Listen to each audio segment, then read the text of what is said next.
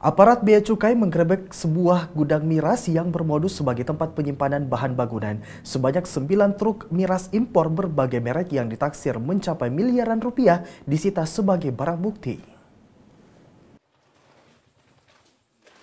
Pihak Bea Cukai menggerebek sebuah tempat penyimpanan bahan bangunan yang berada di Jalan Perjanjian Bongaya, Kecamatan Tamalate, Makassar, Kamis malam 19 November 2015 sekitar pukul 23 waktu Indonesia Tengah.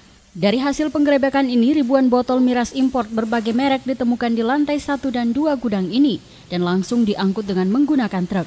Ribuan botol miras berhasil diamankan dari tempat yang diketahui sudah kedua kalinya digerebek ini dan diangkut dengan menggunakan 9 unit mobil truk yang datang secara bergantian.